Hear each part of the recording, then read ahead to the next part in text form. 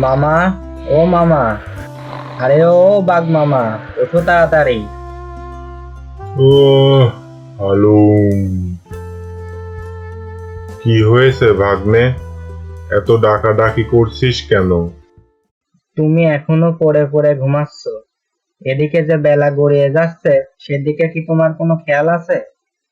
সিংহ মহারাজের মেয়ের বিয়ে, বিয়েতে যে তোমাকে দাওয়াত করেছে, দাওয়াত খেতে যাবে না? কি বলিস ভাগ্নে? দাওয়াত খেতে যাব না মানে? মহারাজের মেয়ের বিয়ে বলে কথা, কত খাবার দাবারের আয়োজন হবে। এই খাবার কি মিস করা যায় রে ভাগ্নে? তাহলে যাও, তাড়াতাড়ি রেডি হয়ে নাও দেখি। এখনো অনেকটা পথ হেঁটে যেতে হবে।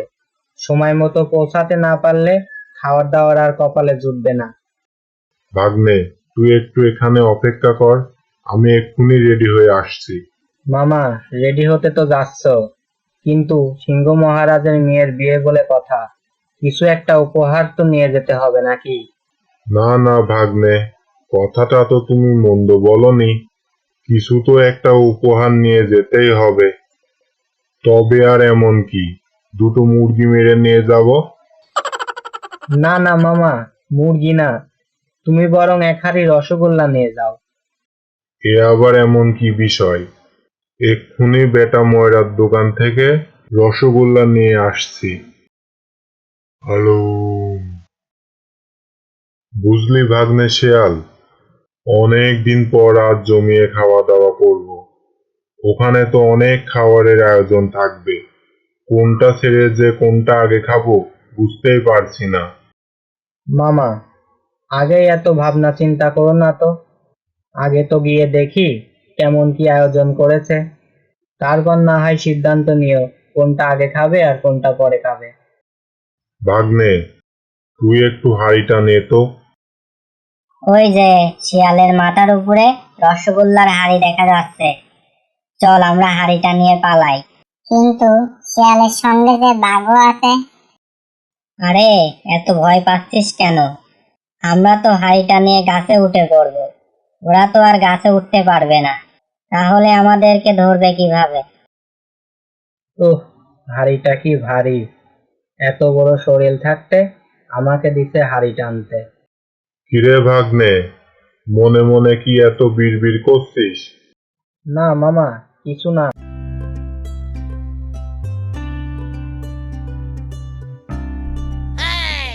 আরে আরে, বানরের দল রসগোল্লার হাঁড়ি নিয়ে নিল। এই বজ্জাত বানর, আমার রসগোল্লার হাঁড়ি ফেরত দে বলছি, তা না হলে তোর অবস্থা একেবারে ঢিলে করে দেব। আগে তো গাছে উঠে এসে আমাকে ধর, তারপর না হয় আমার অবস্থা ঢিলে করবি। মামা, ছেড়ে দাও, আমরা তো আর গাছে উঠতে পারবো না যে ওদেরকে ধরবো। তার থেকে চলো ময়রার দোকান থেকে আবারও রসগোল্লা নিয়ে আসি। কি আর করার বল, আবারও যাই ময়রার দোকানে। হ্যালো, এইবার হাঁড়িটা আমার কাছেই রাখবো, দেখি কে হাঁড়িতে হাত দেয়। মামা, অনেকক্ষণ ধরেই তো হাঁটলাম, চলো যাই একটু বসে বিশ্রাম নিয়ে নিই। না রে ভাগ্নে, এখন বসলে চলবে না, এমনিতেই তোর জন্য অনেক দেরি হয়ে গেছে। এখন আবার বসলে শেষমেশ আমাদের কপালে আর খাবার জুটবে না। মামা, একটু বিশ্রাম নিতে দাও, তা না হলে আমাকে তোমার কাঁধে করে নিয়ে যেতে হবে। না না, তো কাঁধে করে নেয়ার মতো শক্তি এখন আমারও নেই। তার থেকে চল ওই নদীর ধারে গিয়ে বসে একটু বিশ্রাম নিয়ে নিই।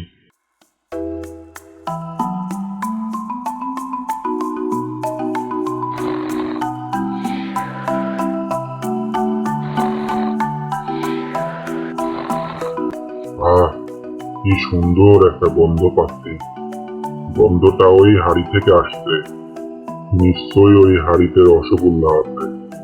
যাই, চুপি চুপি গিয়ে হাড়িটা নিয়ে আসি।